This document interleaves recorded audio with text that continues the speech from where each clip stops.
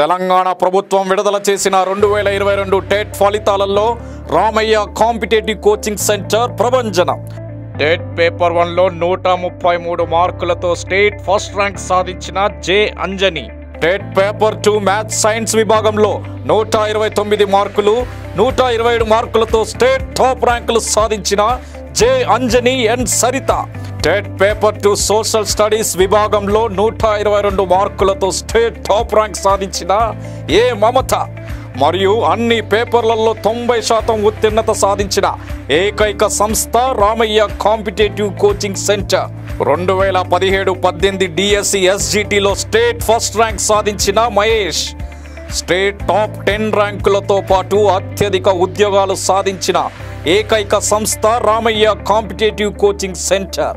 మరియు గురుకుల టీచర్స్ లో TGT maths state first rank Sravanthi, TGT bio science state first rank Sudha, TGT social state first rank B Sridhar, TGT social state second rank Rajender Reddy, TGT Telugu state first rank Anjan Kumar, physical director state first rank Rajyalakshmi, physical director state second rank Divya, TGT physical science state third rank Srilakshmi, PGT physical science state third rank Murali, PGT English state third rank Yadagiri.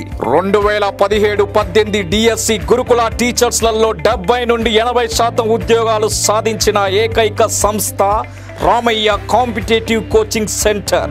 TET మరియు DSC coaching కొరకు director Sirikonda Lakshminarayana గారి సారథ్యంలో అత్యుత్తమమైన అధ్యాపక బృందంచే కొత్త బ్యాచ్లు ప్రారంభమైనవి. వివరాలకు సంప్రదించండి 9246208422, 8885555202, 88585900, 8008954440, 8008954448, 8520844463. సారు తెలుసు కదా మీకు, సైకాలజీ 30కి 30 మార్కులు ఎలా రావాలి, కూర్చోండి.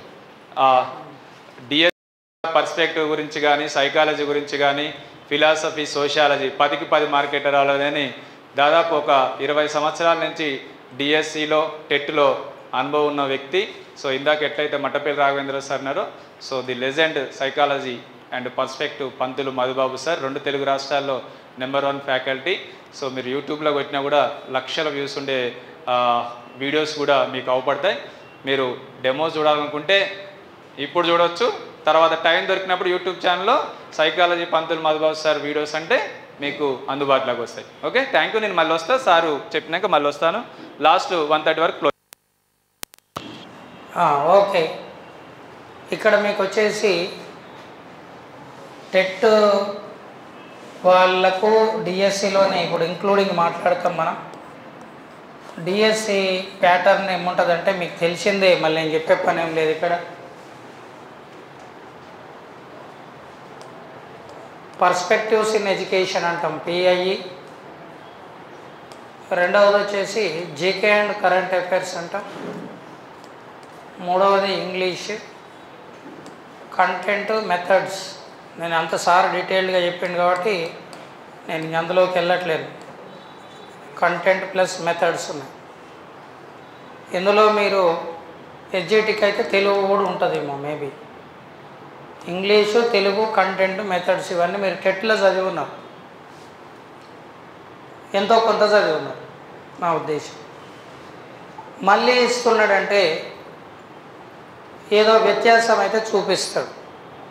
అంటే టెట్లో ఇంగ్లీషు రాసిన వాళ్ళు ఉన్నారు, డిఎస్సి ఇంగ్లీషు తేడా ఉంటుంది. ఆ తేడా ఏముంటుంది అనేది గ్రహించగలగాలి. ఆ గ్రహించిన తేడాను బలపరచగలిగితే సక్సెస్ ఉంటుంది. తెలుగు అయినా అంతే. నాకు తెలిసి తెలుగు టెట్టులనే ఎక్కువ ఉంది అనుకుంటున్నాను డిఎస్సి కంటే.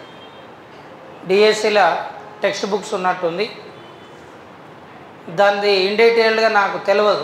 తెలుగు ఇంగ్లీష్ల గురించి కాబట్టి మాట్లాడేదానికి కూడా నాకు సందర్భం కాదు, పక్కకు పెడదు. ఇక నెక్స్ట్ వచ్చేసి మీకు డిఎస్సిలో ప్రధానమైనటువంటి అంశాలు ఈ 2 ఉన్నాయి. ఏంటివి అవి అంటే పిఐఈ. పిఐఈ అంటే పర్స్పెక్టివ్స్ ఇన్ ఎడ్యుకేషన్ అంటాం. విద్యా దృక్పథాలు అంటాం. విద్యా దృక్పథాలు అంటాం తెలుగులో. ఓకేనా? ఈ విద్యా దృక్పథాలు అనేటువంటిది ఏదైతే ఉందో, నెక్స్ట్ జీకే. ఇదివరకు పాత డిఎస్సి నమూనాలు, పాత డిఎస్సి అంటే యు మీన్ టెట్ తర్వాత వచ్చిన డిఎస్సి కంటే ముందు ఉన్న డిఎస్సిలో జనరల్ నాలెడ్జ్, సైకాలజీ, కంటెంట్, మెథడ్సే ఉండేది అప్పుడు ఆ రోజుల్లో. అప్పుడు ఏమేమి ఉండేది అంటే సార్ మేడం, ఇంగ్లీష్ కూడా లేదు, ఫస్ట్ ఇంగ్లీష్ లేదు, తర్వాత ఇంగ్లీష్ వచ్చేది. ఇంగ్లీషు, జీకే, కంటెంట్, మెథడ్స్ ఉండేది అంతే. కొద్దిమంది నిర్లక్ష్యం చేసి ఏముంది లేదు చదువుదాం అని నిద్రపోయినట్టుండే వరకు నిద్ర లేపడానికి ఇంగ్లీష్ పెట్టారు, ఇంగ్లీష్ వచ్చేది. అప్పుడు ఏమనుకున్నారంటే పోయినసారి రాసిన అయిపోయేది, అనవసరంగా నెత్తిన భారం తెచ్చుకున్నాం, ఈసారి ఇంగ్లీష్ చదవాలని మళ్ళీ ఇంగ్లీష్ చదవాల్సిన పరిస్థితి వచ్చిందని కొద్దిమంది అప్పుడు కూడా మేల్కోలే. ఆ తర్వాత టెట్ వచ్చింది. ఇంకా ఇప్పుడు టెట్ పాస్ 2 గేట్లు పెట్టారు, ఒక గేటు రావాలి, మళ్ళీ ఇంకో గేట్ రావాలి, టెట్ క్వాలిఫై కావాలి, టెట్ అయిపోయాక మళ్ళీ డిఎస్సీలకు రావాలి. అందుకని ఏదైనా అవకాశం వచ్చినప్పుడు ముందే వెళ్ళాలి. వెనకటికి సామెత చెప్తుంటారు పెద్దోళ్ళు, తిండికి ముందర ఉండాలి, పంచాయతీకి వెనక ఉండాలి, తెలంగాణ సామెత. తిండి ముచ్చట ఏమో కానీ నోటిఫికేషన్లలో మాత్రం ఏదైనా వస్తే ఉద్యోగాల్లో కోచింగ్ అయినా అనుకో, లేదంటే చదువుకు సంబంధించిన అంశమే అనుకో, లైబ్రరీకి సంబంధించిన అంశమే అనుకో, స్టడీ హాల్కి సంబంధించిన అంశమే అనుకో, హాస్టలే అనుకో, అప్లికేషనే అనుకో, ముందు చేయాలి. మొన్న నేను ఆశ్చర్యపోయిన, టెట్ అప్లికేషన్స్ ఉంటే లాస్ట్ డే అయిపోయినాక కూడా మళ్ళీ డేట్ పెంచమంటుండే. అన్ని రోజులు ఇచ్చిన డేట్ అప్లై చేయలేదు, మళ్ళీ డేట్ పెంచమని దుకాణంలో. కొంతమంది ఎట్లుంటారంటే చదివేది ఉండదు, ఏముండదు, కానీ ముందే అందరు దేశం కంటే ముందే అప్లై చేస్తాడు. అవసరం అనుకుంటే మీ సేవా సెంటర్ పెట్టుకుంటాడు, దీనికోసమే అప్లికేషన్ చేసుకుంటే చదువు ఉండదు. ఇట్లా కొద్దిమంది ఉంటారు. నేనేమంటున్నా అంటే అప్లికేషన్ చేయడం, పరోక్షంగా నేను చెప్పేది ఏంటంటే అప్లికేషన్ చేయడం అందరికంటే చదువు అన్నిట్లలో ముందే ఉండాలి, ప్రిపరేషన్ తొందరగా కంప్లీట్ చేసుకోవాలి. మీరు ఇప్పుడు నిన్న మొన్న డిఈడి బీఈడి అయిపోయిన వాళ్ళు ఎంతమంది ఉన్నారు ఇక్కడ? లాస్ట్ ఇయర్ డైట్ బీఈడి అయిపోయిన వాళ్ళు, వీళ్ళెవరు టెట్ అంటే ఏందో వీళ్ళకి తెలియదు. అది కూడా చెప్తా. టీచర్ ఎలిజిబిలిటీ టెస్ట్ అంట. డిఎస్సి అంటే డిస్ట్రిక్ట్ సెలక్షన్ కమిటీ అంట. డిఎస్సి అనేది కలెక్టర్ ఆధ్వర్యం, కలెక్టర్ అంటే డిస్ట్రిక్ట్ యూనిట్గా కలెక్టర్. టెట్ అనేది ఏమో ఎన్సీఆర్టీ ఎన్సిటీ రూల్స్ ప్రకారం జరుగుతుంది. For your kind information, TET తోటే డిఎస్సి జాబ్స్ ఇస్తున్న రాష్ట్రాలు కూడా కొన్ని ఉన్నాయి. ఇంకా డిఎస్సి ఉండదు, టెట్లో మంచి మార్క్స్ వచ్చిన వాళ్ళనే దాంతో డిఎస్సి టీచర్లను రిక్రూట్, అందుకే దాని పేరు టీచర్ ఎలిజిబిలిటీ టెస్ట్. అట్లా ఇస్తున్న వాళ్ళు కూడా ఉన్నారు. ఈ టెట్లో కూడా మన దగ్గర వచ్చేసి ఏంటంటే పర్సంటేజ్ ఉంది. రిజర్వేషన్ ఎస్సీ ఎస్టీ అయితే ఎంత, ఓసీ అయితే ఎంత క్వాలిఫై కావాలి తెలుసా మీకు? తెలుసా? ఓసీ ఎంత క్వాలిఫికేషన్ మార్క్స్? 90. మరి రిజర్వేషన్ ఎస్సీ ఎస్టీ, బీసీ 75. అయితే దీంట్లో రిజర్వేషన్ ఇచ్చిర్రు కాబట్టి నేను 65 తెచ్చుకుంటా, 90 దాకా ఎందుకు? 75 ఇచ్చిర్రు కాబట్టి 75 మట్టం తెచ్చుకుంటే ఎక్కువ ఎందుకు? కానీ కొంతమంది పిసినారితనంతో చదివే ప్రయత్నం చేయకండి. ఎందుకంటే టెట్ స్కోరేజ్లో కొద్దిమంది ఉంటారు, గమ్మత్తుగా ఉంటారు, డిస్కౌంట్ మాట్లాడుకుంటారు, కన్సెషన్ మాట్లాడుకుంటారు. కోచింగ్కి వచ్చినాక చదువు కూడా కన్సెషనే చదువుతుంటారు. ఇప్పుడు 10,000 ఉందనుకో, ఎంతో అంత వాళ్ళతోటి వీళ్ళతోటి ఫోన్ చేపిస్తారు. రేవంత్ రెడ్డి సార్ తోటి ఫోన్ చేయించి ఎంతో సార్ 100-150 రూపాయలు కడతామని చెప్పి కట్టి 100-150 రూపాయల మందమే చదువుతుంటుంటారు. అట్లా కాకుండా నేను అనేది ఏంటంటే డిస్కౌంట్ చదువుకు కానీ ఎందుకు చెప్తున్న ఈ మాట అంటే, గత డిఎస్సీలను మీరు గమనిస్తే 81 ఓపెన్ కట్ ఆఫ్ అయితే, 79 బీసీబీ కట్ ఆఫ్ అయితే, 78.5 బీసీడీ కట్ ఆఫ్ అయితే, 76 లేదా 77 ఎస్సీ ఎస్టీ కట్ ఆఫ్ అయింది. ఎస్సీ ఎస్టీ కట్ ఆఫ్ అయింది. నీకు ఏం పెద్దగా తేడా వచ్చింది? ఇక్కడ 5 మార్కుల డిఫరెన్స్ వచ్చింది, 5 మార్క్స్ డిఫరెన్స్ వచ్చింది. అంటే దీన్ని బట్టి కొద్దిమంది ఏమనుకుంటారంటే ఈ రిజర్వేషన్ ఉంటే ఏదో పెద్ద వ్యత్యాసం ఏం జరగదు. ఒకవేళ మంచిగా చదివే పిల్లగాడు ఎవరన్నా ఒక 3 ఉంటే చాలు, ఎక్కువ అవసరం లేదు, అవుట్ రైట్. ఎందుకంటే రిజర్వేషన్ నమ్ముకోవాల్సిన పని లేదుగా, కాలగమనంలో అయిపోయింది, కాలగమనంలో అయిపోయింది, అందరు బాగానే చదువుతారు. ఈ వ్యత్యాసంలో 81 79 కూడా ఒకవేళ ఎస్టీనో ఎస్సీనో, ఎందుకంటే ఇది ఓపెన్ కట్ ఆఫ్ అయినాక ఎస్సీ ఎస్టీలు బీసీలు ఓపెన్ కట్ ఆఫ్ అయినాక ఎవరు రిజర్వేషన్లో వాళ్ళే ఉండాలి, ఎవరు అర్రలో వాళ్ళే ఉండాలి. బీసీల ఖాళీగా ఉంది కాబట్టి నాకు ఈరని ఎస్సీ రాలేడు, ఎస్టీల రూమ్ ఖాళీగా ఉంది కాబట్టి నేను వస్తా అని బీసీ అనలేడు. 81 ఓపెన్ కట్ ఆఫ్ అయ్యిందంటే ఇక ఓపెన్ ముచ్చట అయిపోయినట్టే. దాన్ని ఓపెన్ టు ఆల్ అంటాం, ఓసీ అనం, ఓపెన్ టు ఆల్ అంటాం. ఓపెన్ టు ఆల్ అంటే దమ్మున్నోడు ఎవడైనా అలా కొట్టుకోమని అర్థం. అందులో 81 కట్ ఆఫ్ అయింది. అవుట్ రైట్ చదివిన పిల్లగానికి ఎస్టీలు 2 పోస్టులు ఉన్నాయని మీరు ఊహించుకుంటే ఆ ఫలానా అభ్యర్థికి 79 మార్క్స్ ఉన్నాయి. అప్పుడు ఓసీ కాకుండా ఎస్టీ కోటాలను ఏ కేటగిరీ అయితే ఆ కేటగిరీలో ర్యాంక్ కొట్టేస్తాం. మరి అయిపోయాయి. నీకు అప్పుడు 79 78 కట్ ఆఫ్ అయితే మీరు చూస్తుండండి, ఇప్పటికి ఇది రీచ్ అయ్యింది, నేను చెప్పింది ఇక్కడికి రీచ్ అయ్యింది. రాబోయే రోజులల్లో ఈ బీసీడీ బీసీబీలు ఒకవేళ ఉంటాయి అనుకుంటే దాన్ని కూడా ఓవర్కమ్ చేసి ఎస్టీ రిజర్వేషన్ 79 కట్ ఆఫ్ అయితే ఓపెన్ టు ఆల్ ఎంత కట్ ఆఫ్ అయిందో రిజర్వేషన్ కూడా అంతే కట్ ఆఫ్ అయిందని అర్థం. అంటే how much competition is there. ఓకేనా? ఈ పోటీ తత్వం అనేది ఇప్పుడు అది do or die statement Mahatma గాంధీది. అయితే సాధించు లేకపోతే చావు అంటే ఇక్కడ అర్థం నాకు రెండోదే నచ్చింది సార్ కాదు, ఇక్కడ డూ ఆర్ డైలో నేను డైయే నచ్చింది సార్ నాకు అని కాదు అర్థం. దాని అర్థం చావు అంటే ఎంత భయపడతావో సాధించడానికి అంతకన్నా ఎక్కువ అప్రమత్తంగా ఉండవని అర్థం అక్కడ. అంతే తప్ప ఏబిసిడీలు ఇచ్చారు, 2 ఇచ్చారు, డూ డై ఇచ్చారు, సిడి ఇయ్యలే సార్ అవి కూడా ఇస్తే నింపేస్తా అని మీరు బట్టి బయటనే డిఎస్సి టైప్ ఉండొద్దు. కాబట్టి సాధించే వరకు మనం నిద్రించొద్దు. విద్యాతురాణం నా సుఖం నా నిద్ర అన్న. కొంతమందికి తెలుగు కూడా సరిగ్గా చదవరాక నా సుఖం నా నిద్ర అని కూడా చదువుతుంది. విద్యాతురాణం నా సుఖం నా నిద్ర అంటే సుఖకాంక్ష నిద్ర ఉండకూడదు అని అర్థం. బ్రహ్మచారికి మీకు ఈ పర్స్పెక్టివ్స్ ఇన్ ఎడ్యుకేషన్లో కొన్ని వస్తుంటాయి. విద్యా దృక్పథాలు అనేది ఒక main subject. The main subject రేపు డిఎస్సి సాధించడంలో టెట్ రాసినప్పుడు సైకాలజీ ఎంత కీ రోలో డిఎస్సి సాధించడంలో పర్స్పెక్టివ్ అంత కీ రోల్. మొన్న బాగా విమర్శలు కూడా వచ్చినాయి, సిలబస్ పెంచిరు అయిపోయింది చదవాలి. ఇంకా పెంచినరని చెప్పి కోర్టు చుట్టూ తిరిగితే ఆలోపు ఎగ్జామ్ అవుతుంది, రిజల్ట్ ఇస్తారు, అందరూ ఏమో జాయిన్ అవుతుంటారు, మనమేమో కోర్టు చుట్టూ తిరగవలసి వస్తుంది. కాబట్టి సిలబస్ ఎంత ఇవ్వాలనేది గవర్నమెంట్ ఇష్టం, అది నువ్వు నేను మాట్లాడేది కాదు. 6 చాప్టర్స్ ఇచ్చారు, ఒక చాప్టర్ పెంచారు, 1.5 చాప్టర్స్ పెంచారు, సైకాలజీని మళ్ళీ పెట్టారు. ఇదివరకు టెట్లో సైకాలజీ ఉండేది, ఇక్కడ టెట్టోళ్ళు కొంతమంది సైకాలజీ 30 మార్కులు మెయిన్ వెయిటేజ్ సైకాలజీ. డిఎస్సిలో మెయిన్ సబ్జెక్ట్ పర్స్పెక్టివ్, ఆ 2 నేనే తీసుకుంటే ఇక్కడ అవి 2 కీ రోల్ సబ్జెక్ట్స్. ఇక్కడ ఈ పర్స్పెక్టివ్స్ అనే సబ్జెక్ట్ ఏదైతే ఉందో విద్యా దృక్పథాలు, దాని లోపల విద్యార్థి గుణాలు ఎట్లుండాలని చెప్పి ఇంకా మీకు అవి వస్తుంటాయి రేపటి నుంచి బిట్లు. ఉపనయనం అంటే ఏంది, ఉపసంపద అంటే ఏంది, సమవర్తనోత్సవం అంటే ఏంది, పబ్బజ అంటే ఏంది, శ్రవణ మనన నిధిధ్యాస అనేటువంటి అంశాలు అభ్యసన పద్ధతుల బోధనా పద్ధతుల అంటే. నేను పాఠం చెప్తున్నా, వింటున్నారా? వినడం 2 రకాలు. వినడం మామూలుగా వినడం, శ్రద్ధతో ఆలకించి దానిని మనసులో వేసుకోవడం 2వ రకం.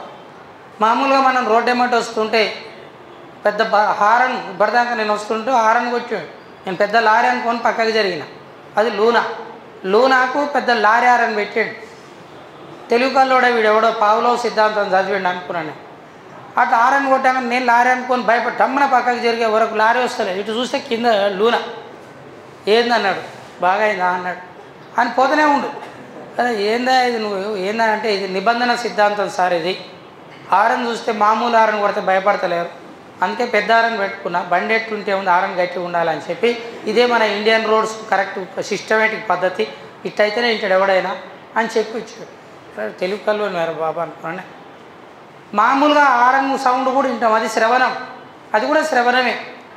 ఎవరో మాట్లాడుకుంటుంటే మనకి యువతల రూమ్లోకి వినబడితే అది శ్రవణమే. కొంతమంది అట్లా వినరు, హాస్టల్లో రూమ్ తీసుకొని పక్క రూమ్లో నా గురించి ఏమైనా అనుకుంటురా ఏందని చెప్పి గోడకు చెవులు పెడతారు. ఎందుకంటే గోడకు చెవులు ఉంటాయని వెనకటి నుంచి అంటారు కాబట్టి ఒకసారి ట్రై చేద్దామని చెవులు పెట్టిండు.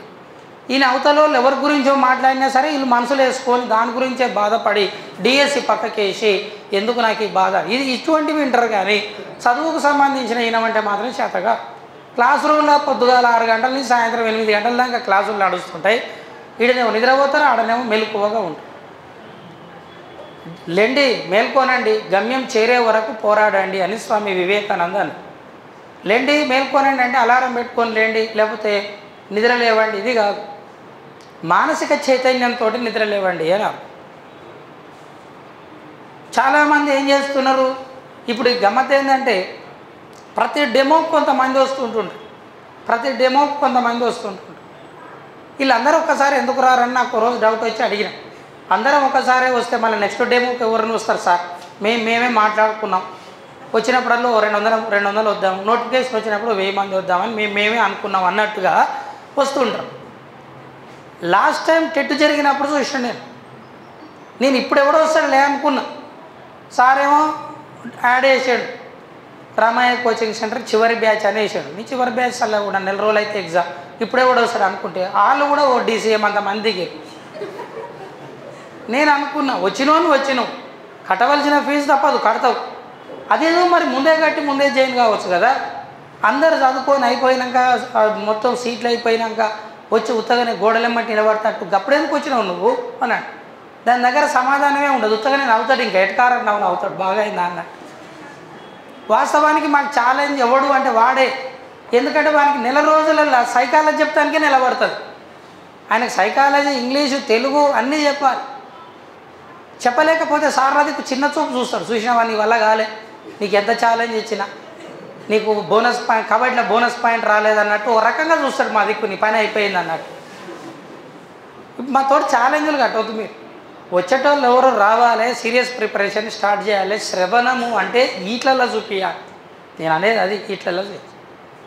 ఓ 10 గంటల క్లాసు నడిచిన మొదటి రోజున్న ఏకాగ్రత చివరి దాకుండా సావధానత అంటారు దాన్ని. సావధానత వలన జ్ఞానం వృద్ధి చెందుతుందని చెప్పింది జిడ్డు కృష్ణమూర్తి. మాకెందుకు చెప్తున్నాం అనవద్దు, అది సిలబస్లో ఉంది పర్స్పెక్టివ్. కొంతమంది ముచ్చట చెప్తే ఏమనుకుంటారంటే ఏదో ఉపన్యాసంలో చిన్నప్పటి నుంచి కొటేషన్లు చెప్పేది అలవాటు కాబట్టి అంటే అన్నాడు ఏమో జిడ్డు కృష్ణమూర్తి. జిడ్డు కృష్ణమూర్తి చెప్పిండు సావధానత వలన జ్ఞానం వృద్ధి చెందుతుంది. ఆ సావధానత రావాలంటే భయాన్ని తీసివేయాలి, నిర్భయత్వం. క్లాస్ రూమ్లో ఎవరికి భయపడొద్దు, ఓకేనా. ఫ్రీడమ్ ఫ్రమ్ అన్నోన్ అనే గ్రంథం రాసిండు ఆయన. ఫ్రీడమ్ ఫ్రమ్ అన్నోన్ అనే గ్రంథం రాశాడు. స్వతంత్రత ఉండాలి అంటాడు మనిషికి. జిడ్డు కృష్ణమూర్తి తండ్రి నారాయణయ్య, ఆయనను పెంచుకున్న వ్యక్తి ఎవరు అంటే అనిబిసెంట్. అతనికి ఆదర్శమైన వ్యక్తి ఎవరు అంటే లెడ్ బీటర్. ఇటువంటి ఎగ్జామ్లు అడుగుతుంటాడు. జిడ్డు కృష్ణమూర్తిని రామకృష్ణ పరమహంస ఎవరికి ఉత్తేజితుడై ఎవరికి అభివృద్ధి కారకుడైందంటే స్వామి వివేకానంద. స్వామి వివేకానంద అసలు పేరేం పేరంటే నరేంద్రనాథ్ దత్తా అంటమైన కలకత్తా పశ్చిమ బెంగాల్ రాష్ట్రం. జనవరి 12 జన్మించాడు, 1863లో జన్మించాడు.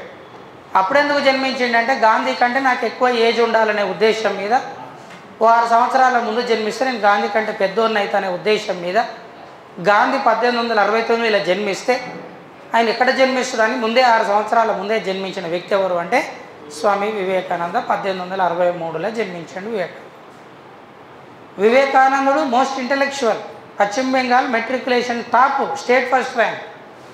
అటువంటి వ్యక్తి వేదాంతం వైపు దృష్టి మరలి రామకృష్ణ పరమహంస పట్ల ఆకర్షితుడు అయ్యాడు. ఎందుకంటే ఆత్మతత్వం ఏందో తెలుసుకోవాలి.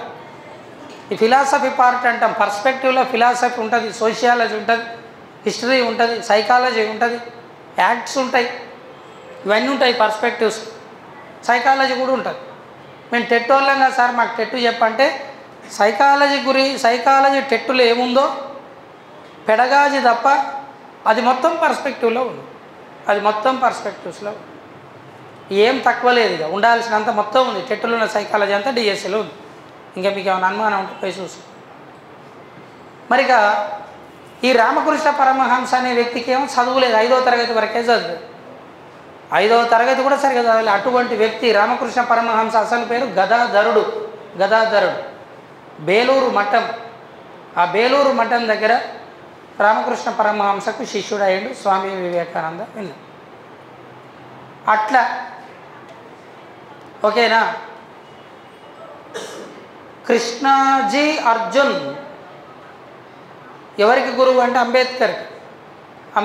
అంబేద్కర్ పేర్లనే గురువు పేరు ఉంది. అంబేద్కర్ అనే పేరే గురువు పేరు. అది ఆయన పేరు భీమ్ రావ్ ఏంటిది రామ్జీ అంబేద్కర్. భీమాబాయి తల్లి పేరు, ఆ తల్లి పేరు కాబట్టి భీమరావు. రామ్జీ సక్పాల్ అనే తండ్రి పేరు, అందులో రామ్జీ. భీమాబాయిలో భీమ్ తీసుకోండి, రామ్జీ సక్పాల్లో రామ్జీ తీసుకోండి. అంబేద్కర్ అనే పేరు తన గురువు పేరు. ఆ గురువు పేరుని తీసుకున్నాడు తను. సో అతనికి 2 గురువులు ఉన్నారు. ఒకడు ఫెండ్సే అనే గురువు, ఇంకొక ఆయన అంబేద్కర్ అనే గురువు. వాళ్ళిద్దరు కూడా బ్రాహ్మణులే. ఇక్కడ బ్రాహ్మణులే అనే పదం ఎందుకు తీసుకొస్తున్నామంటే కుల నిర్మూలన, షెడ్యూల్డ్ కులాల ఉన్నతి, షెడ్యూల్డ్ కులాలకు హాస్టళ్ళు, షెడ్యూల్డ్ కులాలకు సౌకర్యాలు, ప్రజలందరికీ విదేశీ విద్య అనే దానిని కరికులంగా సూచించిన వ్యక్తి ఎవరంటే అంబేద్కర్.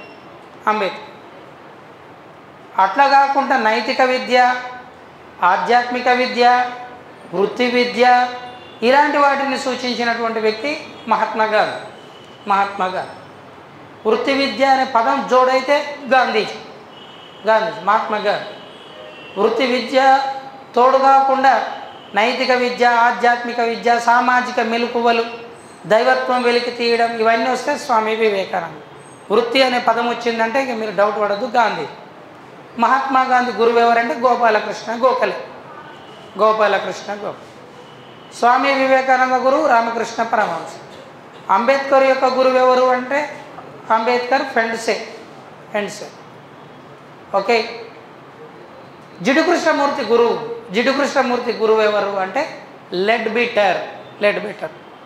ఎగ్జామ్లో నేను ఊరికనే జిడ్డు కృష్ణమూర్తికి ఉన్న పేరు ఏంటంటే వెలుగు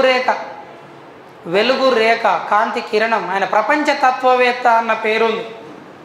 ఇక మీరు ఇళ్ళకెళ్ళి ఏదో ఒక బిట్ వస్తుంది ఎగ్జామ్లో, మీరు డిఎస్సి రాస్తారు. తత్వవేత్తల గురించి ఉన్నారు కాబట్టి ఇప్పుడు ఒక 5 తత్వవేత్తల గురించి నేను చర్చకు తీసిన. ఓకే. ఈ జిడ్డు కృష్ణమూర్తిని పెంచింది అనిబిసెంట్. అది కూడా ఇక్కడ తమిళనాడులో. ఆడుకుంటున్నటువంటి ఆ పిల్లగాన్ని చూసి వీని లోపల అధికమైనటువంటి దైవత్వం ఉంది అని చెప్పి order of the star of the east అని బిరుదుంది ఆయనకు. Order of the star of the east అంటే ఈ ప్రపంచానికి ఏదో దివ్యత్వాన్ని ఇచ్చే ఒక గొప్ప వ్యక్తి లెక్క. దీని పేరు థియోసాఫికల్ సొసైటీ అంటాం. దివ్య జ్ఞాన సమాజ స్థాపకురాలు అనిబిసెంట్. థియోసాఫికల్ సొసైటీ అంట. ఈ థియోసాఫికల్ సొసైటీ అనే దాన్ని ఒకటి స్థాపించి ఎట్లనైతే క్రిస్టియానిటీకి జీసస్ అనే ఒక వ్యక్తి వచ్చిండో ఈ ప్రపంచానికి ఇంకొక తత్వవేత్తను తయారు చేయాలని లెడ్ బెటర్ అంటాం. ఆ లెడ్ బెటర్ అనేవాడు తాపత్రయం చెంది ఈయనను తీసుకుపోయి తాంత్రికత్వ విద్యలను కూడా కొన్ని నేర్పించి బాగా పుస్తకాల పురుగుగా చేసి ఈయనను ఒక దేవుడు అన్నట్టు మొత్తం క్రియేట్ చేసి సమాజంలో బయటికి వెళ్ళకుండా దిగ్బంధం చేశారు జిడ్డు కృష్ణమూర్తి వాళ్ళ అన్న పేరు నిత్యానంద. ఎక్కడి సకదరం ఇదని చెప్పి చిరాకు లేచి వాళ్ళిద్దరు ఒకసారి ఇంగ్లాండ్కి వెళ్ళినప్పుడు వీళ్ళ థియోసాఫికల్ సొసైటీ నుంచి కొంచెం దూరం జరిగింది. కొంతకాలానికి తమ్ముడు నిత్యానంద చనిపోయాడు, సోదరుడు నిత్యానంద చనిపోయాడు. అప్పుడు ఈయన మైండ్ అలర్ట్ అయ్యింది. దాని నుంచి వచ్చిందే విద్య. ఇప్పుడు రిషి వ్యాలీ మదనపల్లిలో ఉన్నటువంటి విద్యా కేంద్రాలు, రాజ్ఘాట్ విద్యా కేంద్రాలు ఎవరు స్థాపకులు అంటాడు? జిడ్డు కృష్ణమూర్తి స్థాపించాడు వాటిని. ఓకే. జిడ్డు కృష్ణమూర్తి పాశ్చాత్య దేశాలలో స్థాపించిన పాఠశాల ఓక్ పార్క్ స్కూల్ అంటాడు. ఓక్ పార్క్ స్కూల్ అంటాడు. అక్కడ స్థాపించినటువంటిది. బ్రాక్వుడ్ స్కూల్ అంటాడు అమెరికా. ఓక్ స్కూల్ అంటాడు ఇంగ్లాండ్. రిషి వ్యాలీ రాజ్ఘాట్ అంటాడు ఇండియా. ఎగ్జామ్లో నీకు బిట్ ఇస్తాడు. జిడ్డు కృష్ణమూర్తి ఈ క్రింది విద్య ఎక్కడ తన విద్యా సంస్థలను స్థాపించాడు? ఒకటి అమెరికాలోని బ్రాక్వుడ్ స్కూల్, ఇంగ్లాండ్లోని వర్క్ స్కూల్, తర్వాత థర్డ్ వన్ వచ్చేసి మదనపల్లిలోని రిషి వ్యాలీలో తన పాఠశాల. 4 పైవన్నీ సరైనవి అంటే పైవన్నీ సరైనవే అవుతుంది, విట్టట్లు వస్తారు. ఈ 3 దేశాలకు తిరిగి వచ్చిండు ఆయన. 3 దేశాల వ్యక్తి కాబట్టి ప్రాంతాల మధ్య సరిహద్దులను చెరిపేయండి అన్నాడు. చాలామంది కులాల మధ్య తెరలు తొలగించాలంటారు. ఏం మేడం? చాలామంది మతాల మధ్య తెరలు తొలగించాలంటారు. ఆయన ఏమంటుండంటే మనుషుల మధ్య ప్రాంతాల మధ్య తెరలు తొలగించండి అంట. అంటే ఏమైంది? మైండ్ విస్తారమైంది, బ్రాడ్ అయింది. మతము లేని విద్యనే నిజమైన ఆధ్యాత్మికం అన్నాడు. స్టేట్మెంట్స్ ఇవన్నీ ఎగ్జామ్లో వస్తాయి. మతము లేని విద్యనే నిజమైన వాట్ ఈజ్ ఒరిజినల్ స్పిరిచువాలిటీ అంటే don't be follow any religion. ఇంకొకటి ఏమంటుండు? నన్ను కూడా ఫాలో కాకండి అంటుండు. నా మాటలు కూడా ఫాలో కాకండి, నీకు నచ్చితే ఫాలోగా విమర్శించు. సత్యం అనేది మారుతుంటుంది అన్నాడు. సందర్భాన్ని బట్టి, ప్రాంతాన్ని బట్టి, పరిస్థితులను బట్టి సత్యం మారుతుంటుంది. దైవాన్ని తెలుసుకోవడానికి అనేక మార్గాలు ఉంటాయి. దైవాన్ని నీ స్వీయ విమర్శతోటి, సత్యంతోటి తెలుసుకోవాల్సిందే తప్ప there is no other alternate way. Don't follow any religious books. ఎంత కష్టమైనా సరే నీ మనసు ఒప్పుకునే వరకు సత్యాన్ని ముందల పెట్టి పరీక్షించి చూడు, నీ మనసు నుంచే దైవత్వం పుట్టుకొస్తుందని జిడ్డు కృష్ణమూర్తి చెప్పాడు. అట్లా కాకుండా స్వామి వివేకానంద ఏం చెప్తుండంటే నదులన్నీ వివిధ ప్రాంతాల నుంచి పోయి సముద్రంలో కలుస్తాయి. నదులు వేరు వేరు ప్రాంతాలు. నది మతం, సముద్రం ఆధ్యాత్మికత, దైవం. అది బిట్ అవుతుంది ఎగ్జామ్లో. నదులను మతములతో పోలుస్తూ, సముద్రాన్ని అత్యున్నతమైన దైవ మార్గంగా సూచిస్తూ, నదులు సముద్రంలో కలిసినట్టు అన్ని మతాలు కూడా చివరికి సముద్రాన్నే చేరుతాయి అన్నది ఎవరు అంటాడు? స్వామి వివేకానంద. అసలు మతాలు అనేదే సంకుచితం. మతం అనే విధానాన్ని విడనాడి సొంత దార్శనికతను చూడమన్నది ఎవరు అంటాడు? జిడ్డు కృష్ణమూర్తి. ఆయనను అంత పెద్ద స్థానంలో ఉంచితే దాన్ని వదిలేసి, సింహాసనం మీద నుంచి టక్కున వదిలేసి వచ్చాడు. ఎందుకంటే వీళ్ళంతా నన్ను మాయ చేస్తున్నారు, మిమ్మల్ని మాయ చేస్తున్నారు. నన్ను ఏ దేవుణ్ణి కాదు, నా దగ్గర ఏ దైవ సంకల్పాలు లేవు, నేను మామూలు మనిషిని. తత్వం ద్వారా దేవుడు వస్తాడు తప్ప ఉత్తగానే మాయలు, మంత్రాలు, మోసం ఉండదు అని చెప్పిన వ్యక్తే జిడ్డు కృష్ణమూర్తి. విద్య గురించి ఏం చెప్పారు వీళ్ళంతా అనేది మనం రీసెర్చ్ చేయాల్సి ఉంటుంది. పర్స్పెక్టివ్స్ డిస్కషన్ చేయాల్సి ఉంటుంది. బేసిక్ విద్యా విధానాన్ని తయారు చేసింది ఎవరు అంటే గాంధీజీ. ఓకేనా? బొంబాయిలో, బంగ్లాదేశ్లో ఎడ్యుకేషన్ కాలేజెస్ను పెట్టిన వ్యక్తి ఎవరు అంటే అంబేద్కర్. సో ఇక్కడ ఇలాంటి పర్స్పెక్టివ్ ఆస్పెక్ట్స్ అన్నీ కూడా మీకు ఇందులో తత్వశాస్త్రం పర్స్పెక్టివ్లో తత్వశాస్త్రం అనే ఒక కోణం ఉంటుంది. తత్వం అంటే ఏంటంటే తత్ అంటే అది, త్వం అంటే నేను. తత్ అంటే అది, త్వం అంటే నేను. దానిలో నేను ఏకమైతే మోక్షం. అదే మోక్షం అంటే ఏంటంటే releases from all the bondages. బంధాల నుంచి విడుదల కావడం, బంధాల నుంచి బయటికి రావడమే వేదాంతం. తత్వం. ఇదేంది సార్ అంటే ఇది శరీరం, జీవాత్మ కొంతకాలం ఉంటుంది. ఎల్లనైనా, నాదని కాదు, ఎల్లనైనా కొంతకాలం ఉంటుంది. కొంతకాలం తర్వాత ఎక్స్పైరీ పీరియడ్ వస్తుంది. అది నువ్వు ఐఫోన్ కొన్నా, శాంసంగ్ GX24 ఏదో వచ్చింది, అది కొన్నా, అట్లా లైఫ్ పీరియడ్ అయిపోతుంది. అవి పరికరాలు, మనం మనుషులం. మనలో ఉన్న జీవాత్మ ఏం చేస్తుందంటే it rights all your experiences, what you have done. ఏమేం చేసినావు అన్నీ రాసి పెడుతుంది. రాసి పెట్టినటువంటి దాంతో నువ్వు మంచి చెడు అని అన్నీ ఒక సాక్షిగా ఆత్మ ఉండి దానిని పరమాత్మలో కలిపేస్తుంది. దీనిని మోక్షం అంటాం. ఈ మోక్షాన్ని సాధించడమే జీవిత ఉద్దేశం అని చెప్పింది ఎవరు అంటే వేదకాల విద్య. మళ్ళీ అక్కడి నుంచి క్వశ్చన్ వస్తుంది. వేదకాల విద్య అంతిమ ఉద్దేశం ఏంది అంటాడు? మోక్షం సాధించడు. నీ ఉద్దేశం ఏంది? దేనికి వచ్చినావు? నీ ఉద్దేశం ఏందా? మోక్షం. ఇక్కడ మోక్షం ఇచ్చినా సంచి తెచ్చుకున్నావు, మంచిగా మోక్షం ఇస్తా. నీ ఉద్దేశం ఏంటంటే మోక్షం అంటే టీచర్ ఉద్యోగం రావడం ఉద్దేశం. ఎస్, ఇది జీవనోపాధి ఉద్దేశం, ఇహలోక ఉద్దేశం. ఇహలోకం వేరుంది, దీనిని ఆయుష్మికం అంటాం. ఆయుష్మికం అంటేనే ఉన్నతమైనది ఒకటి ఉంటుంది. తాత్కాలిక ఉద్దేశాలు కొన్ని ఉంటాయి, ఇహలోకం పరలోకం, రెండు రకాల ఉద్దేశం. జీవనోపాధి పొందాలి, కర్మము చేయాలి, పని చేయాలి, అది నిష్కామ కర్మ చేయాలి, అది పవిత్ర కర్మ చేయాలి. ఇది వివేకానందుని మాట. అంటే నువ్వు చేసే పని ఎట్లుండాలంటే your heart should be accept what you have to do. నువ్వు చేసే పనిని నీ హృదయం, పవిత్ర హృదయం అంగీకరించాలి. కర్మ చేయలేని వాడు, కర్మయోగం ఎవరు వివరించారు అంటాడు స్వామి వివేకానంద. కర్మయోగం, జ్ఞానయోగం, భక్తి యోగం, రాజయోగం. చలో కట్ చేస్తే ఇప్పుడు ఈసారి ఏమన్నాడంటే జీవనోపాధి పొందడం. ఓకే, జీవనోపాధి పొందే విద్యతో పాటు నీకు సత్ప్రవర్తన రావాలి. సత్ప్రవర్తనను, జీవనోపాధిని రెండింటిని కూడా ఇహలోకం కొరకే అందిస్తుంది పాఠశాల, ఆశ్రమ ధర్మాలు, వేదకాలం. కానీ ఎన్ని వేదాలు ఉంటాయి? మొత్తం 4 వేదాలు, చతుర్వేదాలు అంట. సామ, ఋగ్వేదం, యజుర్వేదం, అధర్వణ వేదం అంటాం. ఆయుర్వేదాన్ని పంచమ వేదం అంటాం, అది వేరే మంచి. ఇట్లా ఈ విధంగా తీసుకుంటారు. మరి అక్కడ నీకు ప్రవేశపెట్టేటువంటి 6, 8, 10, 10 అంతే. 6, 8, 10. బ్రాహ్మణులకు 6 సంవత్సరాలు, క్షత్రియులకు 8 సంవత్సరాలు, వైశ్యులకు 10 సంవత్సరాలకు ఎంట్రీ ఉంటుంది, స్కూల్ ఎంట్రీ. ఇట్లా వస్తుంటాడు. నువ్వెవరివి? నేను బ్రాహ్మణ్. ఎన్ని ఏళ్ళు ఉన్నాయి? 6. చలో నట్టు అంటే వైశ్యులు వచ్చి నాకు కూడా ఎన్ని ఉన్నాయి? 6 ఏళ్ళు. నువ్వు 2 ఏళ్ళు అయినాక రా. ఏం చేయాలి సార్ అంటే అక్కడ ఆడుకో, కొన్నారు టాకీస్ కాడ ఆడుకున్న తర్వాత ఆయన వచ్చే లోపల బ్రాహ్మణులకు అందించాల్సిన విద్య అందిస్తారు. బ్రాహ్మణులకు ఏం కావాలి మరి? జ్యోతిష్యం, ఛందస్సు, సాహిత్యం, వ్యాకరణం, ఆయుర్వేదం, ఇవన్నీ నేర్పిస్తారు.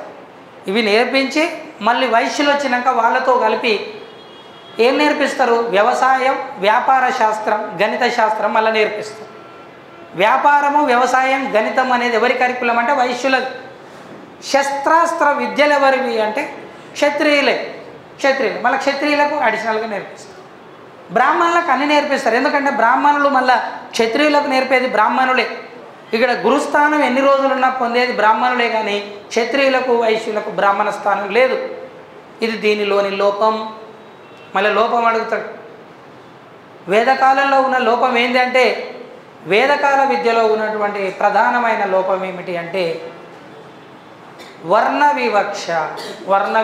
ప్రధాన లోపం వర్ణ వివక్ష. కులాలను ఏర్పరిచినటువంటిది ఏది అంటే వేదకాలం ఏర్పాటు చేసి చాతుర్వర్ణం మయా సృష్టం గుణకర్మ విభాగశం అంట. 4 కులాలు నా చేతనే సృజించబడ్డాయి. భగవద్గీత శ్లోకం. వాళ్ళు చేసే పనిని బట్టి విభజించబడ్డాయి. ఇప్పుడు ఇక్కడ మన చర్చ ఏంటంటే ఈ 4 వర్ణాలు వెయిట్ చేసినావు, బాగానే ఉంది, చేసినావు, ఎన్నైనా చేసుకో, 4 కాకపోతే 40 చేసుకో. కానీ చివరి వర్గమైనటువంటి శూద్రులకు విద్యను అందించలే. చివరి వర్గమైనటువంటి శూద్రులకు విద్య అందించకపోతే నీకెందుకు బాధ అవుతుంది సార్ అని మీరు నన్ను అడిగితే, భూమి మీద అత్యధిక సంఖ్యలో ఉన్నది ఎవరు అంటే శూద్రులు.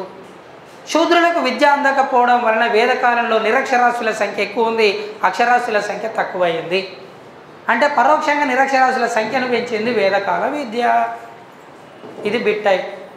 రెండవది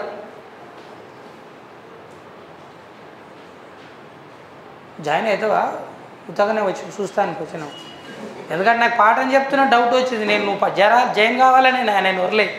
నువ్వు లాస్ట్కి ఉత్తగానే పోయినావు అనుకో. ఇప్పుడు జనరల్గా ఒక పెట్టుకుంటారు క్యాపిటల్ కేఫ్ అని, ఛాయ్ తాగుతారు అనుకుంటారు. వచ్చి జగ్గే నీళ్ళు తాగి సపరేట్గా కూర్చున్నావు అనుకో. జగ్గు మొత్తం నీళ్ళు తాగి మళ్ళీ జగ్గు తీసుకురా మనం అనుకో. తాగుతావు, నీదేం పోయింది. కానీ మరి ఛాయ్ సంగతి ఏంటంటే జరాకు మా దోస్తు వస్తాడంటే దోస్తుగాడు వచ్చి కూడా నీళ్ళు లేదా అయిపోయా. నువ్వు ఇంత జాయిన్ అవుతావా కావు? సీరియస్గా అడుగుతావు. అవుతావు, ఓకే. ఇది అంటే ఇట్లా తిట్టి జాయిన్ చేయాలి మనం, బెదిరించి భయపెట్టించి జలేం వాళ్ళ బాగా ఇదా జాయిన్ అవుతావు. జాయిన్ అయినాక కొన్ని రోజుల వరకు నీ ఊరు దోస్తుగాళ్ళు ఫోన్ కొడుతుంటారు నీకు.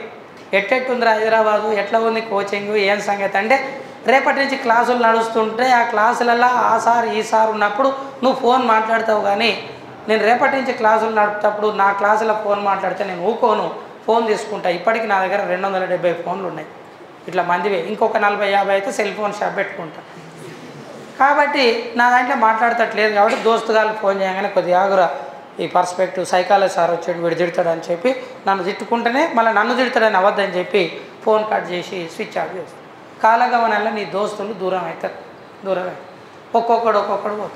ఇక నీకున్న విభిన్న వర్గాల దోస్తులు అయిపోతారు. ఇంకా ఫోన్ తోటి పని లేకుండా అవుతుంది. ఏమైనా వాట్సాప్ చూస్తే చాలు జనరల్ కాల్, ఆ వాట్సాప్లో కూడా రామయ్య టైం టేబుల్ చూస్తావు. ఇక వేరే పని ఉండదు. తప్పితే గూగుల్ ఓపెన్ చేస్తావు. అందులో కూడా సాయంత్రం 8 అయిపోయినాక అప్పటికి హాస్టల్ వైఫై వాడుకుంటావు. అందరూ వాడుకొని ఉంటారు కాబట్టి అది కూడా పని చేయదు. ఇక అప్పుడు నీ పరిస్థితి. ఇన్ని రోజులు ఇంతమందిని నువ్వు బాధ పెట్టినందుకు 3 నెలల తర్వాత కోచింగ్, అంటే 3 నెలలు అంటే ఐ మీన్ ఎప్పుడు ఎగ్జామ్కి అయితే రెడీ అవుతావో అప్పుడు మీ దోస్తుగాలు పరీక్ష పోతున్నారు. ఆల్ ద బెస్ట్ అంటే డిఎస్సి కంటే ఇవి చదువు కూడా ఎక్కువ అవుతుంది. ఆల్ ది బెస్ట్ అనగానే మళ్ళీ ఓకే ఇవే నీ పని మొత్తం ఫింగర్ ప్రింట్ కొట్టుడే అవుతుంది. అయిపోయాయి. ఎగ్జామ్ రాసినావు, రిజల్ట్ వచ్చింది. ఏం పేరు నీ పేరు? నరసింహులు. ఇది యూట్యూబ్ క్లాస్ మీ దోస్తులకి వినిపించావు. నన్ను తింటాడు వచ్చి నన్ను ఎందుకు తీసుకొచ్చిర్రా మధ్యలో? నువ్వు బాగానే ఉన్నావు, వాడు బాగానే ఉన్నావు, నా పేరు ఎందుకు కానీ మళ్ళీ వాళ్ళు నన్ను తిట్టగారు. ఇప్పుడు నరసింహులు గారికి ఉద్యోగం వచ్చింది. ఎందుకంటే నా నుంచి ఆశీర్వాదమే రావాలి, వేరే రా. కాబట్టి ఉద్యోగం వచ్చింది. వాళ్ళు ఎటకారానికి అడుగుతారు, ఎవరో నరసింహులు అంటే వాళ్ళు అంటారు.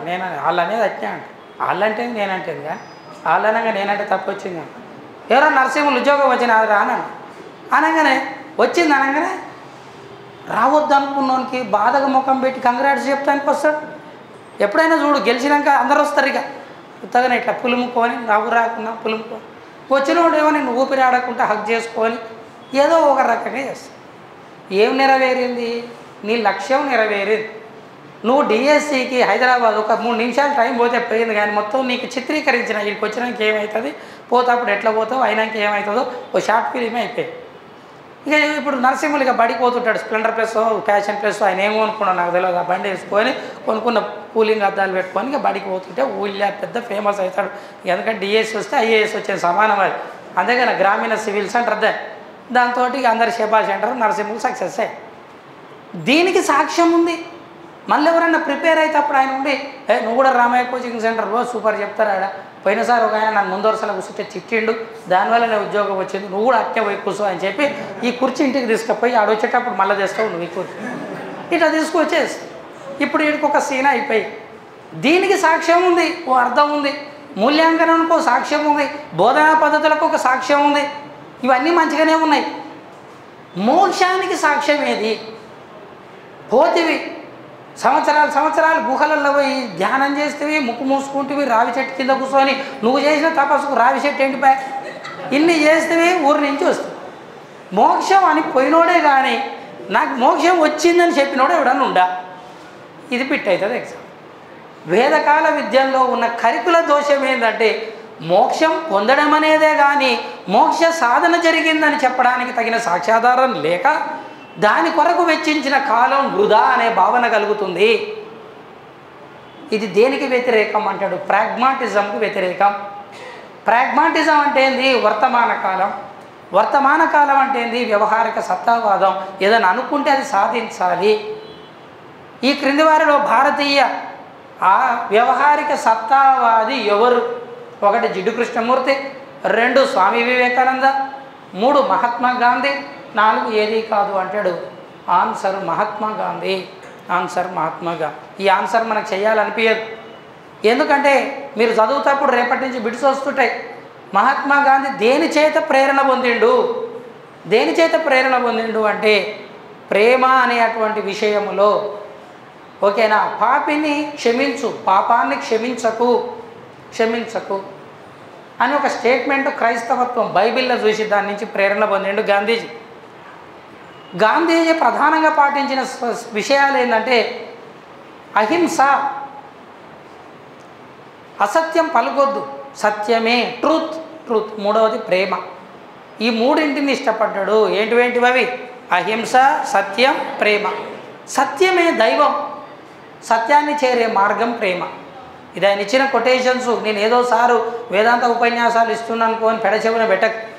మనకున్నాయి రెండే చెవులు, కుడి ఎడమ, పెడచెవి లేదు. అనవసరంగా మీరు కొనకరాకండి. కాబట్టి ఇప్పుడు ఇక్కడ ఏమని స్టేట్మెంట్ ఇస్తుండు? సత్యం, అహింస, సత్యమే దైవం, దాన్ని చేరే మార్గమే ప్రేమ. అహింస అన్ని ధర్మాల్లోకి వెళ్ళ గొప్ప పరమో ధర్మమా? ఇప్పుడు ఎందుకు చెప్తున్నావు సార్ ఇది అంటే, అహింస అనే పదాన్ని బౌద్ధ మతం నుంచి తీసుకున్నాడు, సత్యం అనేటువంటి విషయాన్ని జైన మతం నుంచి తీసుకున్నాడు, జైన మతం నుంచి తీసుకున్నాడు. ఇప్పుడు ఇలాంటి ఒక అమూల్యమైనటువంటి అంశాలను తీసుకున్నాడు. ఇవన్నీ మనం విన్నాక కర్మ సిద్ధాంతాన్ని భగవద్గీత నుంచి తీసుకున్నాడు. ఇవన్నీ గాంధీజీకి ప్రేరకాలు.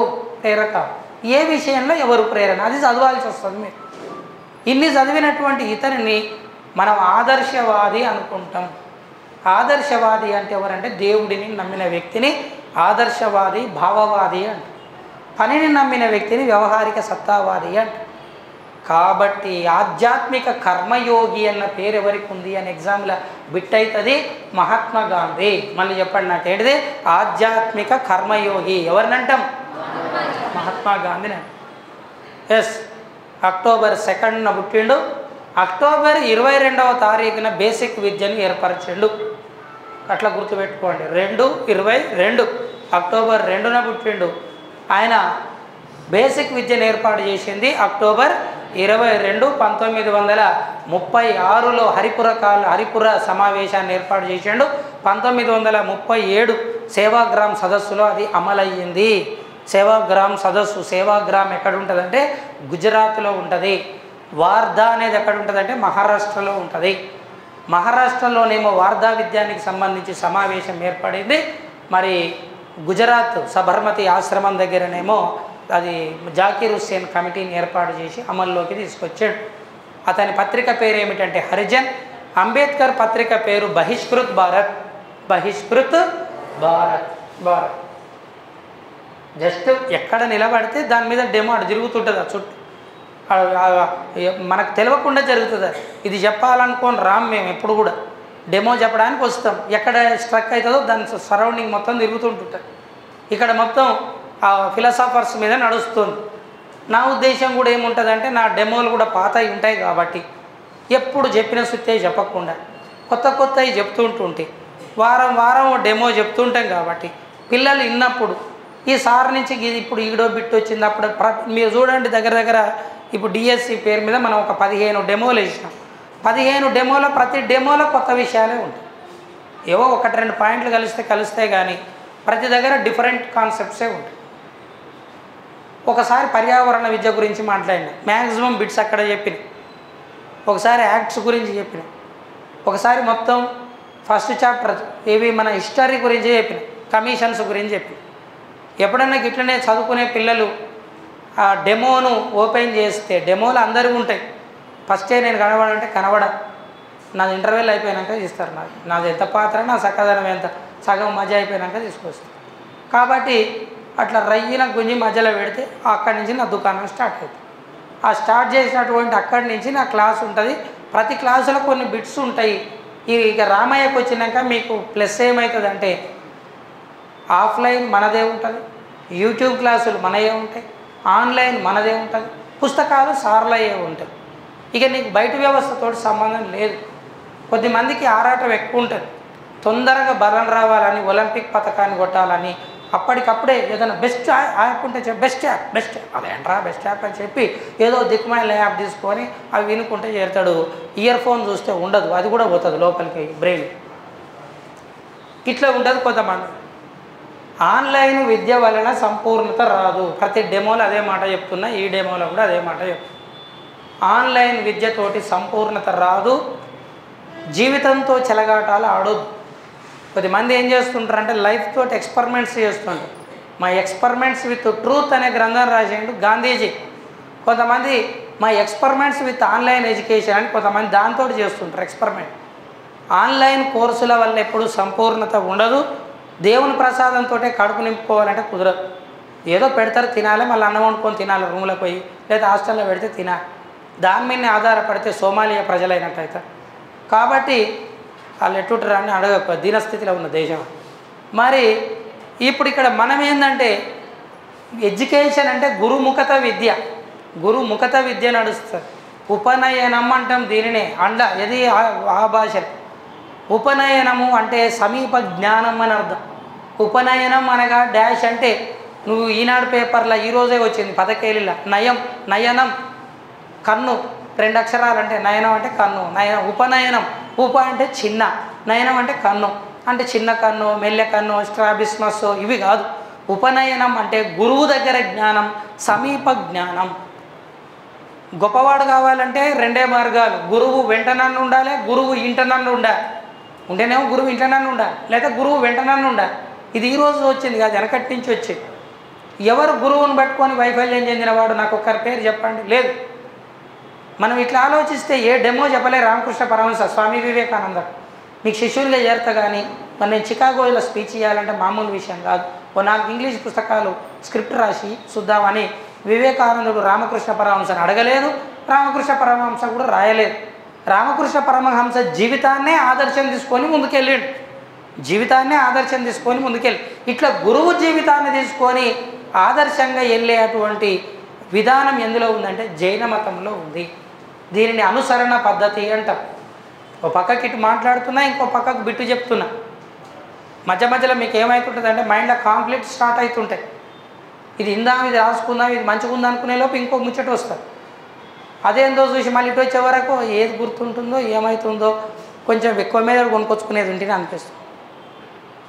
అటు ఇటు ఇటు అటు మారుతున్నాం. ఎందుకంటే ఒక డెమోకి వచ్చినా కాబట్టి నీకు లైఫ్ చెప్తున్నా, నీకు లైఫ్ చెప్తూ సబ్జెక్ట్ చెప్తున్నా, రెండింటిని కలుపుతున్నా. సో అనుసరణీయ పద్ధతి అంటాం. అనుసరణీయ పద్ధతి అంటే ఏంటంటే నేను క్లాస్ రూమ్లో స్టూడెంట్స్కి చెప్తూ ఉంటాం. అంటే ఇప్పుడు నడుస్తుంది ఆల్రెడీ డిఎస్, ఇప్పుడు క్లాస్ ఉంది 2 గంటల నుంచి నా క్లాస్ ఉంది 2 o'clock నుంచి. ఆ 2 o'clock నుంచి క్లాసులో ఏంది మనకు అంటే క్లాస్ రూమ్ ప్రిపరేషన్ అనేది ఇట్స్ ఎఫెక్టివ్. అందులో నేను స్టూడెంట్స్కి చెప్తుంటుంటాను, మీకు ప్రత్యేకించి ప్రేరణ ఇవ్వడానికి ఎవరు అవసరం లేదు, మీ ముందున్న లెక్చరర్సే చాలు అంటే నేను ఎప్పుడు. ఎందుకు లెక్చరర్స్ అవసరం అంటే నిన్న సాటర్డే, ఈరోజు సండేని ఎవడైనా ఎంజాయ్ చేయాలి, హ్యాపీగా ఉండాలి, కనీసం ఇంట్లో అందుబాటులో అనుకుంటాం.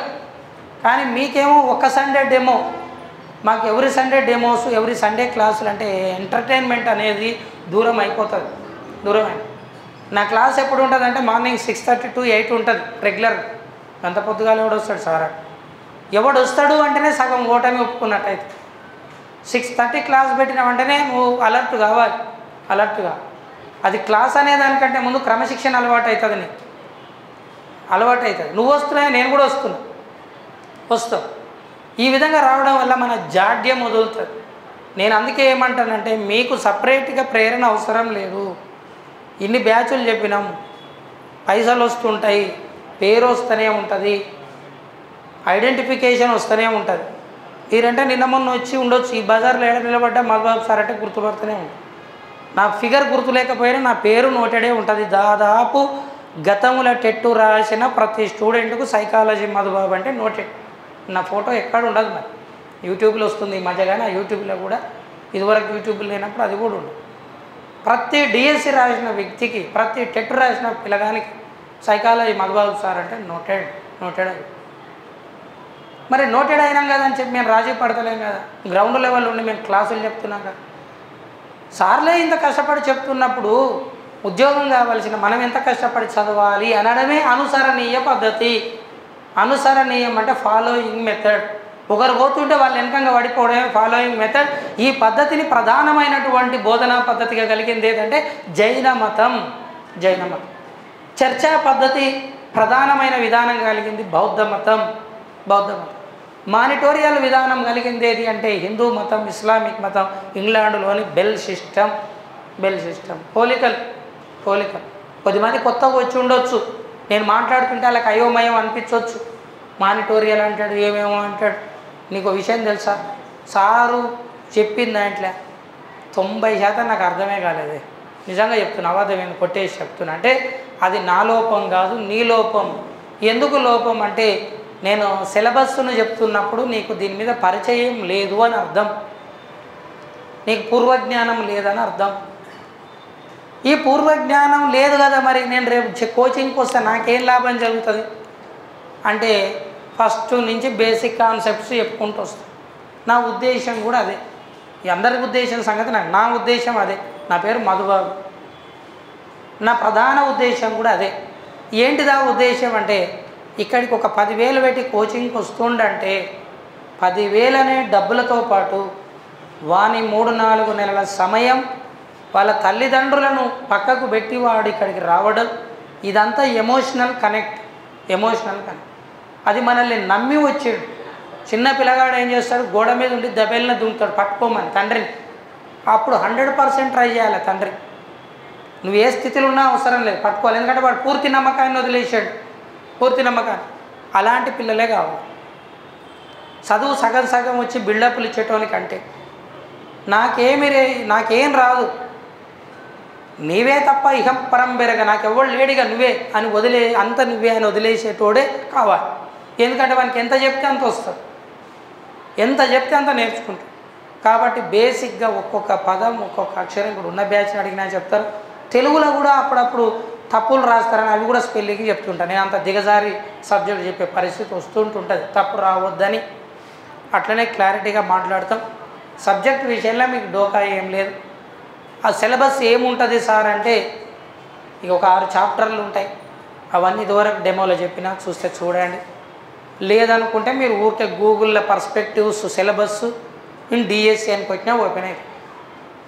అందులో first chapter history of education అని ఉంటుంది, విద్య యొక్క చరిత్ర. ఫస్ట్ మన దేశానికి 1575లో ఎవరు వచ్చారు, ఫ్రాన్సిస్ జేవియర్ ఏంది, జిగెన్ బాల్క్ ఏంది, ఏ దేశస్తులు మొట్టమొదట బైబిల్ ఎందులోకి మార్చారు, తెలుగులోకి షుల్జ్ అనేవాడు బైబిల్ని మార్చిండు. బైబిల్ అనేది అని తెలుగులోకి మార్చిండు అంటే మారుస్తే మనకేంది సార్, బైబిల్ మారుస్తావు ఊకే భగవద్గీత మార్చామని చెప్పరాదు సార్, నాది ఆర్ఎస్ఎస్ అంటే ఇక మతాల గురించి చెప్తలే. ఫస్ట్ బైబిల్ని తెలుగులోకి మార్చినప్పుడు తెలుగు చదవడం నేర్పిండు అని అర్థం. ఆడ షుల్జన్ నువ్వు బైబిల్ చదివినావు ఖురాన్ చదివినావు కాదు, చదవడం నేర్పించిండు అంటే ఎడ్యుకేషన్కి ఒక బీజం పడ్డది. తెలుగులో బైబిల్ని మార్చింది ఎవరంటే షుల్జ్ అనే వ్యక్తి. ఓకే, మరి జిగన్ బాల్కు ఏం చేసిండు, ఇట్లా ఒక్కొక్క చరిత్ర వస్తుంది మనకు. యూనివర్సిటీస్ ఎప్పుడు ఏర్పడ్డాయి, ప్రైమరీ ఎడ్యుకేషన్ మీద ఎవరు కాన్సన్ట్రేట్ చేశారు, ఇవన్నీ మనకు చర్చలు వస్తాయి. అంగన్వాడీలు ఎప్పుడు ఏర్పడ్డాయి, ఓకేనా, సైనిక పాఠశాలలు ఎప్పుడు ఏర్పడ్డాయి, కస్తూర్బా పాఠశాలలు ఎప్పుడు, సక్సెస్ స్కూళ్ళు ఎప్పుడు ఏర్పడ్డాయి, మోడల్ స్కూల్స్ ఎప్పుడు ఏర్పడ్డాయి, ఇవన్నీ చరిత్ర చదవాల్సి ఉంటుంది. మనం బడిబాట అంటే ఏంది, మన ఊరు మన బడి అంటే ఏంది, ఎన్ని రోజుల ప్రోగ్రామ్ ఉంటుంది, ఇవన్నీ చదవాలి. ఇవి చదువుతూ పాటే మళ్ళీ పథకాలు చదవాలి. ఎప్ఎప్ అంటే ఏంది, డిపెప్ అంటే ఏంది, మన విద్యా సంస్థలైన ఎన్సీఆర్టీ, ఎన్సిటి, ఓకేనా, యూజీసీ, నీపా, ఎస్సీఆర్టీ, ఎస్ఐఈటీ, సిఐఈటీ ఇవన్నీ చదవాల్సి ఉంటుంది. విద్యకు ఎగ్జామ్లో బిట్ వస్తుంది. విద్యకు బోధనోపకరణాలను తయారు చేయడం ఈ క్రింది ఏ సంస్థ బాధ్యత? 1 ఎన్సిటి, 2 ఎన్సీఈఆర్టీ, 3 సిఐఈటీ, 4 నీపా అంటాడు. అనగానే నువ్వు నీ ఏంటివి అనుకో, అవన్నీ షార్ట్ కట్స్. ఎన్సిటి అంటే national council of teacher education అన్నాడు. బీఈడి కాలేజీలు, డైట్ కాలేజీల మీద దృష్టి పెట్టేది టీఈ, దాని పేర్లోనే ఉంది టీఈ. టీఈ అంటే ఈ సార్ తాగుతా, ఆ టీ కాదు, టీఈ అంటే టీ అంటే టీచర్, ఈ అంటే ఎడ్యుకేషన్, టీచర్ ఎడ్యుకేషన్. ఎన్సీఈఆర్టీ అంటే ఎడ్యుకేషన్ రీసెర్చ్ అండ్ ట్రైనింగ్, అంటే విద్య మీద పరిశోధన చేయమని చెప్పింది మొన్న బుర్రా వెంకటేశం. అందరు మారుతున్నారు. ఇదివరకు డైరెక్టర్ ఆఫ్ స్కూల్ ఎడ్యుకేషన్ అంటే దేవసేన అని, ఎడ్యుకేషన్ ప్రిన్సిపల్ సెక్రటరీ మన వాకిటి కరుణ అని చెప్పేది. మారేరు, బుర్రా వెంకటేశం వచ్చాడు. ఓకేనా, ఎడ్యుకేషన్ కమిషనర్గా దేవసేన పోయింది. పేర్లు అన్నీ మారినాయి. మళ్ళీ మన విద్యాశాఖ మంత్రి సవితా ఇంద్రారెడ్డి ఉండే, కోదండరామన్ చదవాల్సి వస్తుంది. ఇంకా వచ్చిండారు అనుకోవాల్సి వస్తుంది, చదవాల్సి ఉంటుంది, మారుతుంది, బిట్స్ అప్డేట్ అవుతాయి. అప్పుడు ఎస్సీఈఆర్టీ డైరెక్టర్, ఓకేనా. వాళ్ళు ఎప్పుడు ఎవరు విద్యకు ఉపకరణాలు తయారు చేసేది ఎవరంటే ఎస్ఐఈటీ, state institute of education and technology. Education and training అంటాడు, వాడు సైట్ ఫుల్ ఫామ్ రాయి అంటాడు. State institute of education and technology. మిగిలిన అన్నిట్లలో ట్రైనింగ్ ఉంటుంది, ఇది ఒకటే టెక్నాలజీ. ఏం పని చేస్తుంది అంటాడు. బోధనోపకరణాలు తయారు చేయడం, కరోనా సమయంలో ఆన్లైన్ విద్యకు సంబంధించిన బోధనను రూపొందించడం, ఓకేనా, విద్యావేత్తలతో ఇంటర్వ్యూ చేయడం, అదేవిధంగా ఫ్లాష్ కార్డులు తయారు చేయడం, డయోరమాలను రూపొందించడం, ఈ ఉపకరణాలను పాఠశాలకు పంపించడం. ఆ పాఠశాలకు పంపించినాక దాన్ని ఎట్లా వాడాలనే శిక్షణ ఇచ్చేది ఎవరంటే జిల్లా స్థాయిలో డైట్లో ఎవరికి శిక్షణ ఇస్తారంటే district resource person. District resource పర్సన్కి ఎవరు ఇస్తారంటే SCRT. శిక్షణలు ఇచ్చేది SCRT, ఉపకరణాలు తయారు చేసేది SIET. ఈ SIETకి హెడ్ ఎవరు ఉన్నారు అక్కడ అంటే CIET అంటే central institute of education and technology. Okay, ఈ సైటు ఎవరి కింద నడుస్తుంది అంటాడు NCERT. ఓకేనా, దాని కింద పనిచేస్తుంది. దాని ప్రాంతీయ కార్యాలయాలు ఎక్కడెక్కడ ఉన్నాయి అంటాడు. మళ్ళీ అదోళ్ళు ఓకేనా, భువనేశ్వర్, భోపాల్, నెక్స్ట్ వచ్చి ఇక్కడ మైసూర్, అక్కడ జైపూర్, అట్లా ఆ రకంగా 4 ప్రాంతీయ కార్యాలయాలను వివరించవలసి ఉంది. ఇదంతా సంస్థల గురించి ఉంటుంది. విద్యా పథకాల గురించి మొట్టమొదటిసారి ఉమ్మడి ఆంధ్రప్రదేశ్లో విద్యా అభివృద్ధి పథకం ఏదంటాడు ఆంధ్రప్రదేశ్ ప్రైమరీ ఎడ్యుకేషన్ ప్రోగ్రామ్, ఎప్ఎప్ వచ్చి. ఓకేనా, ఇలాంటి క్వశ్చన్స్ కూడా మనకు వస్తూ ఉంటుంటాయి.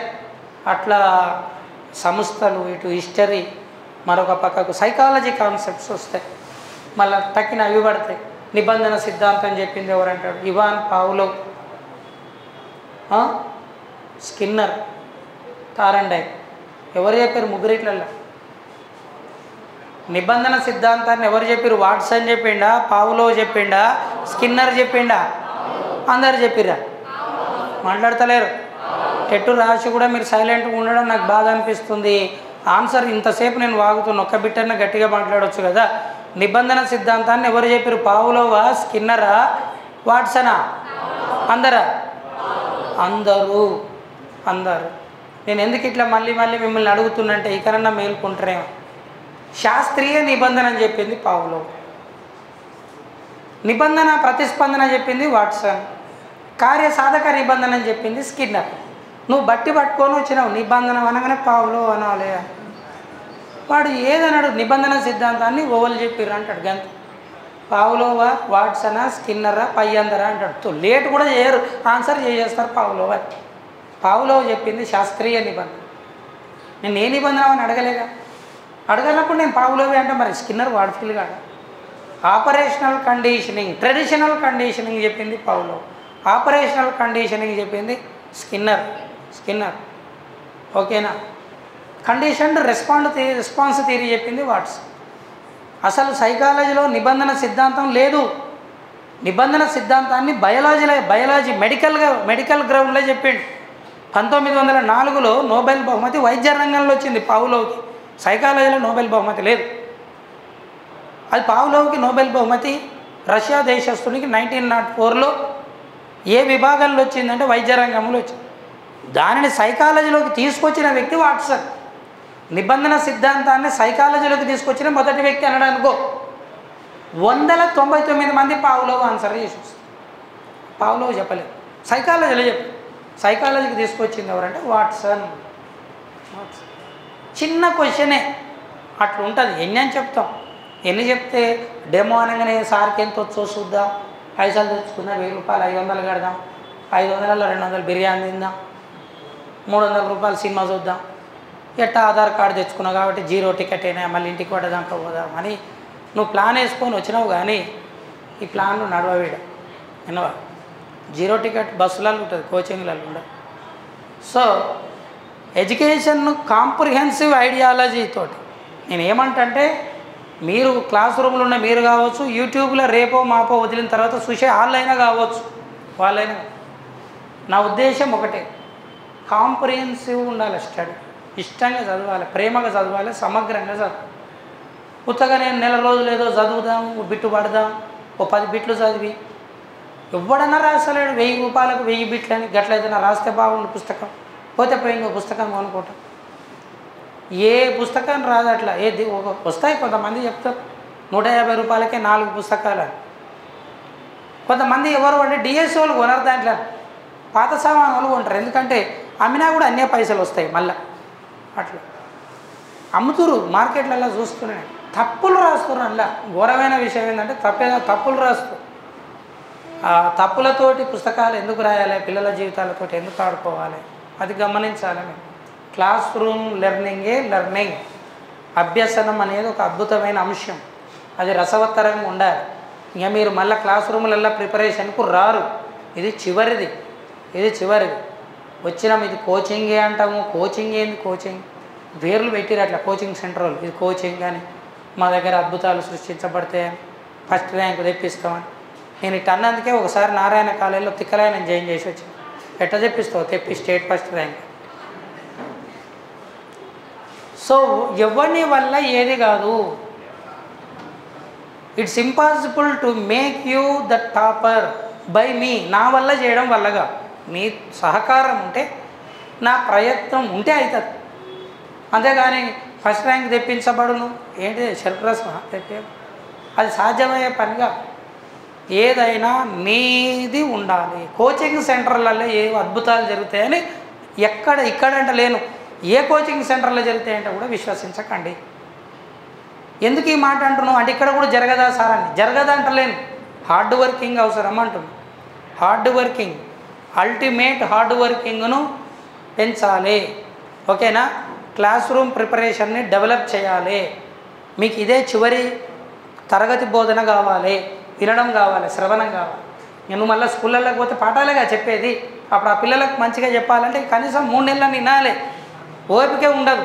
సంచి తెచ్చుకుంటాడు, ఒక ఆయన హాస్టల్ చదువుకుంటాడు, పుస్తకాలు చదువుకుంటాడు, అగరబత్తులు పెట్టుకుంటాడు, నచ్చిన దేవుని ఆడ పెట్టుకుంటాడు, 4 కాపీలు కొనుక్కొని కొబ్బరికాయలు 2-3 తెచ్చుకుంటాడు. ఎందుకంటే ఆఫర్లో 2 కొని 1 రేటు, 1 కొని అదే రేటు అని 2 తెచ్చుకుంటాడు. ఒకటి గేట్ కాడ, ఒకటి రూమ్లో కొడతాడు. ఇక వచ్చి విగ్రహం కూర్చొని ఇక రేపటి నుంచి నా తడాక అంటాడు.